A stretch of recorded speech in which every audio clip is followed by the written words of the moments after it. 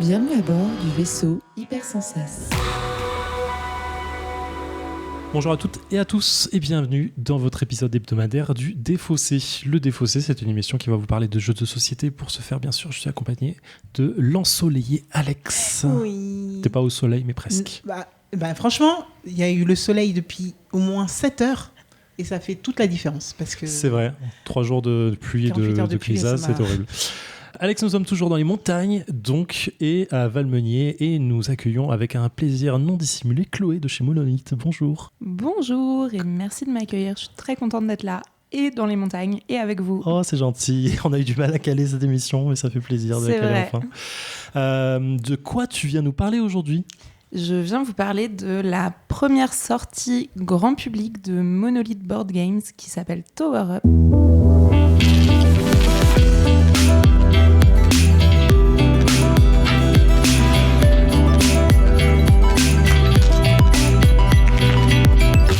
Donc le Défaussé, c'est une émission qui va se passer en 3 parties. Dans une première partie, Chloé va nous parler de Tower Up. Dans une seconde partie, nous allons jouer. Dans une troisième partie, nous allons débriefer de tout ça. Cependant, Chloé, c'est la première fois que tu es dans l'émission et ça me fait super plaisir que tu sois là. Nous avons un petit rituel dans le Défaussé qui est de répondre à la question suivante de quel type de joueuse es-tu ? Ça peut être tout et n'importe quoi. La question est un peu comme un cheveu sur la soupe, je sais. Ça peut être ton dernier coup de cœur, ça peut être quel type de jeu tu aimes le plus, ça peut être ce genre de choses. Quel type de joueuse es-tu, Chloé ? J'étais pas prévenue. Bravo. Ouais. Du coup, ça va être du direct. Quel type de joueuse je suis ? Très casual et très take that. Et tous les jeux, un petit peu jeux d'ambiance où tu dois taper sur les autres. Ok. Ça fonctionne très très bien avec Plutôt combative. moi. Ouais. Ok. Donc tu veux dire juste taper sur les autres ou tu veux dire genre les jeux un peu à coup de crasse ? Les deux. Les deux, mon colonel. Très bien.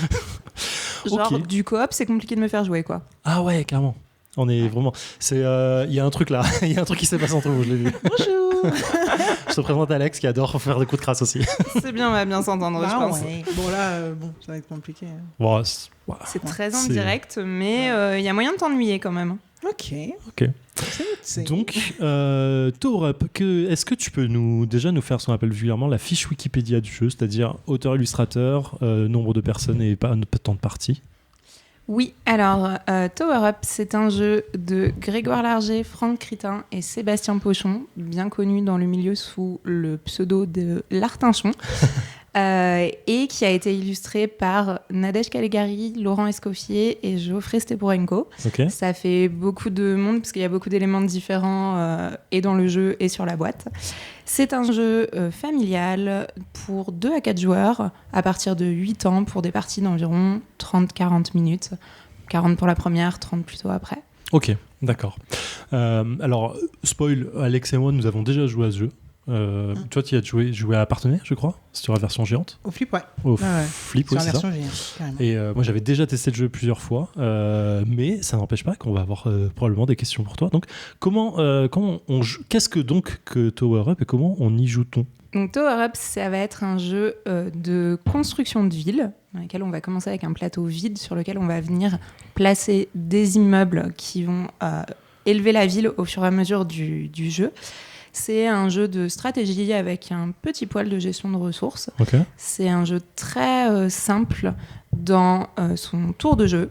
À notre tour, on a le choix entre 2 actions. Soit on prend des ressources, soit on place ces ressources sur le plateau. Tout le sel du jeu va venir en fait avec qu'est-ce qu'on a le droit de poser, à quel endroit, et du coup, quelle stratégie et comment j'anticipe ce que je viens poser. Donc, c'est un jeu où on reçoit chacun 10 toits au début de la partie. On va venir construire, comme je disais, sur le plateau, placer nos toits au fur et à mesure de la partie. On va récupérer de l'argent contre soit un placement de toit, soit des objectifs qu'on va venir valider au fur et à mesure avec une course où le premier récupérera plus d'argent que le deuxième, troisième et quatrième. D'accord. La partie s'arrête dès que quelqu'un a posé son 10e toit. On fait un dernier tour de jeu. On compte les points à la fin, donc l'argent qu'on gagne à la fin de la partie, et la personne qui a gagné le plus d'argent a remporté la partie. On est sur un bon petit jeu capitaliste. Non, trop bien. Qu'est-ce qui s'est passé au niveau de Monolith pour rentrer, parce que Monolith c'est plutôt des jeux. Enfin, moi je vois ça comme le Batman en fait. C'est le seul que je connais en fait. En crowdfunding. Qui était en crowdfunding et tout, avec cette immense, je sais même pas comment on appelle ça, mais il y avait une immense structure qui venait avec. Et là, on est quand même sur quelque chose de relativement ultra différent. C'est une nouvelle gamme, c'est un coup de cœur sur ce jeu en particulier. Qu'est-ce qui s'est passé ? C'est les deux à la fois, effectivement. C'est une nouvelle gamme. On continue à faire du Kickstarter, du Conan, du Batman, effectivement, et on a un line-up qui est bien rempli pour les prochaines années.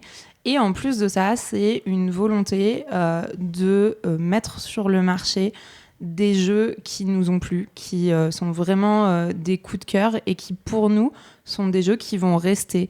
Donc, des jeux qui ne se font pas...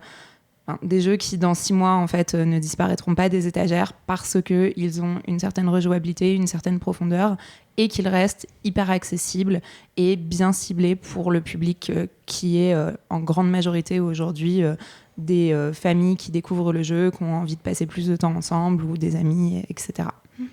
Ok, très bien. C'est une forme de réalignement, enfin même pas réalignement, mais vraiment ouverture de gamme. Ouais, clairement. C'est clairement une ouverture en fait. Ouais, complètement. De toute façon, on continue à faire les deux. L'idée avec cette gamme-là, c'est vraiment pas de se précipiter et de sortir X jeux par an, mais d'attendre de trouver la bonne pépite et d'accompagner le développement du jeu vraiment de A à Z, de pas le lâcher pour que effectivement il soit là dans la durée. Ok. Ça marche, très bien.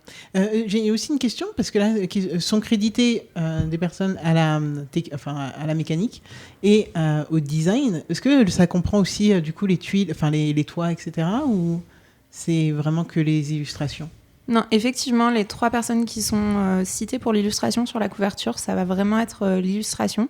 Les toits, on a travaillé avec un sculpteur, donc les toits et les bâtiments.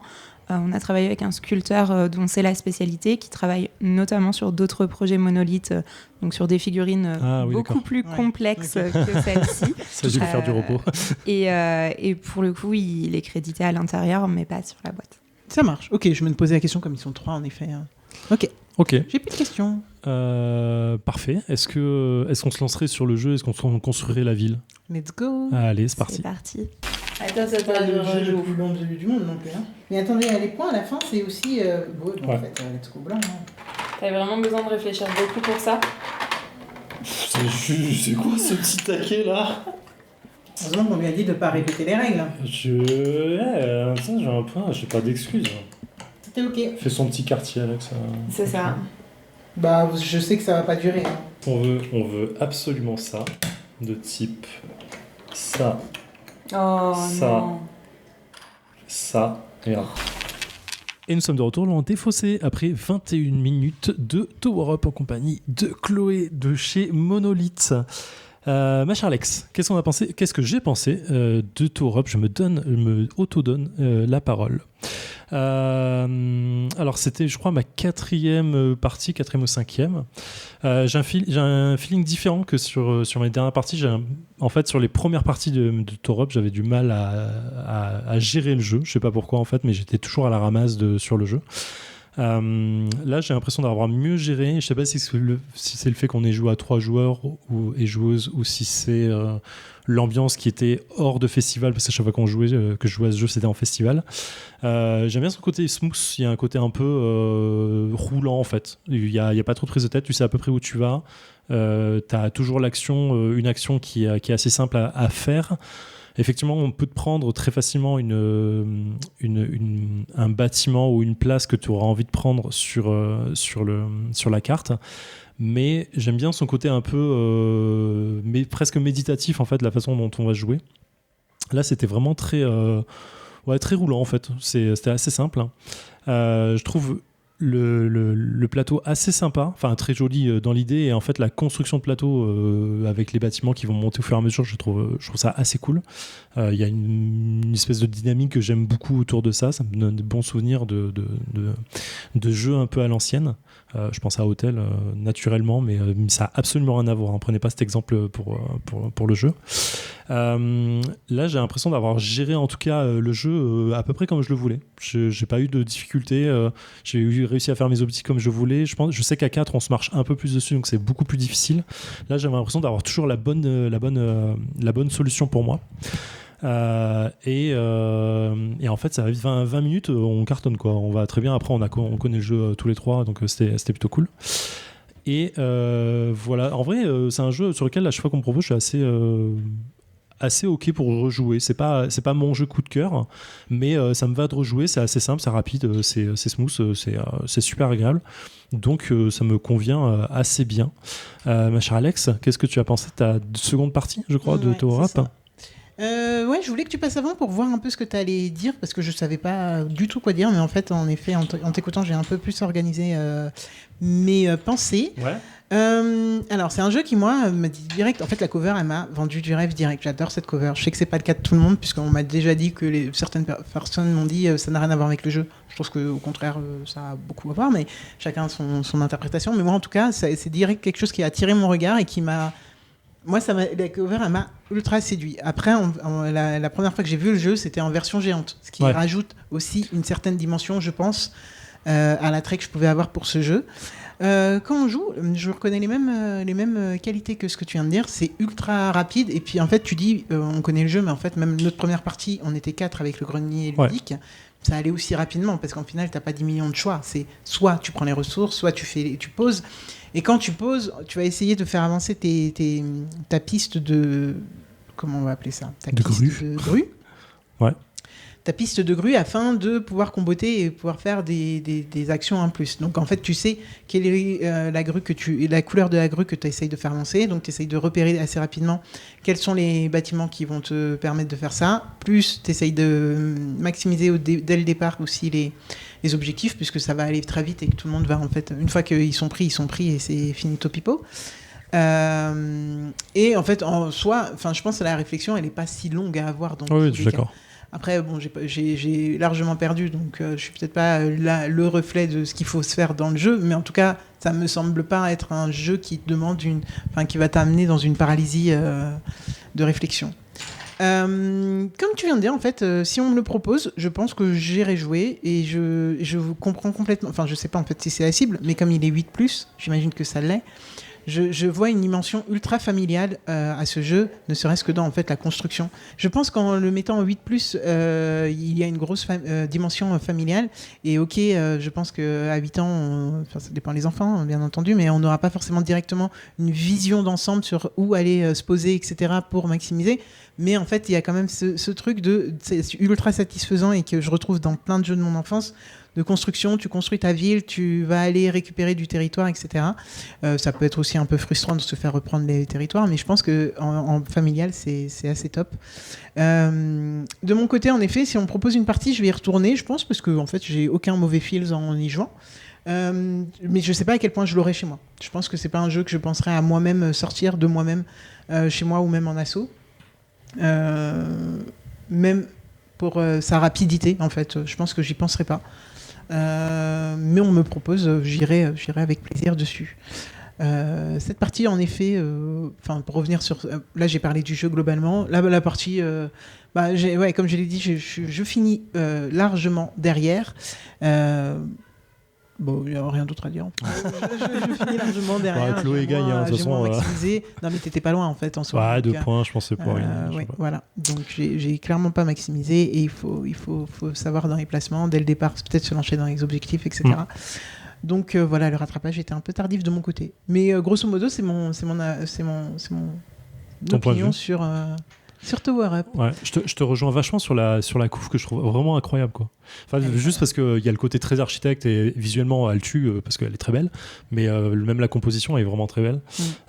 Sur le jeu, il y a un petit côté opportuniste que tu peux, je pense, développé au fur et à mesure du jeu, mais c'est pas tactique non plus, quoi. C'est pas profondeur tactique. Je pense que tu peux le mettre dans le tactique. Hein, ouais, je minore un peu le truc pour pas que les gens pensent que c'est ultra tactique, mais tu peux avoir une petite dimension tactique, mais l'opportuniste de bah tiens, je vais me placer là, j'ai pile poil ce qu'il faut, et en plus c'est le dernier toit, donc plus personne pourra se passer sur le bâtiment. Il y a un côté très satisfaisant quand il y arrive, ultra frustrant quand on vient de te le prendre, mais c'est assez sympathique. Il faut avoir les bons trucs, les bonnes ressources au bon moment et tout. Ouais. Moi, je sais que la première partie, ça m'avait frustré de pas. Enfin, j'étais tout le temps à court de tout. Ouais, c'est pour ça que les trois premiers tours, t'as fait de la ressource. Ouais, mais au final, c'était pas la bonne solution non plus, donc je sais pas, faut rejouer pour voir, tu vois, je sais pas. Mais en tout cas, Chloé, du coup, qu'est-ce que tu penses du jeu ? Qu'est-ce que tu aimes dans ce jeu ?